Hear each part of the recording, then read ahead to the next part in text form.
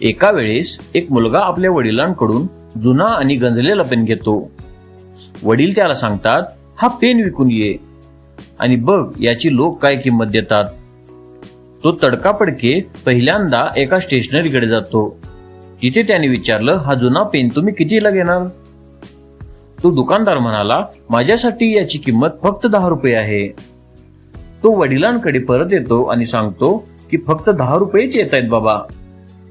वडील म्हणतात, आता हाच पेन एका म्युझियम मध्ये घेऊन जा. तिथे म्युझियम मध्ये एक कलेक्टर ते पेन पाहतो आणि म्हणतो, हे पेन एक विंटेज आहे, मी यासाठी तुम्हाला 5 लाख रुपये देईन. मुलगा पुन्हा वडिलांकडे येतो आणि डोळ्यात आश्चर्य घेऊन विचारतो की बाबा, या पेनचे म्युझियम मध्ये 5 लाख रुपये येत आहेत, हे कसं शक्य आहे? वडील म्हणतात, बाळा, हे पेन तू आहेस. तुझी किंमत लोक ठरवत नाहीत, तू कोणत्या ठिकाणी उभा आहेस यावर ठरतं. तुम्ही स्वतःला कमी समजू नका. कदाचित तुमच्या आजूबाजूचे लोक तुमचं मूल्य समजत नसतील, पण तुमचं अस्सल स्थान योग्य वेळी आणि योग्य ठिकाणी आलं तरच जग तुमचं सोनं करेल. जगाला तुमची किंमत सांगू द्या, पण आधी स्वतःची किंमत स्वतःला समजून घ्या.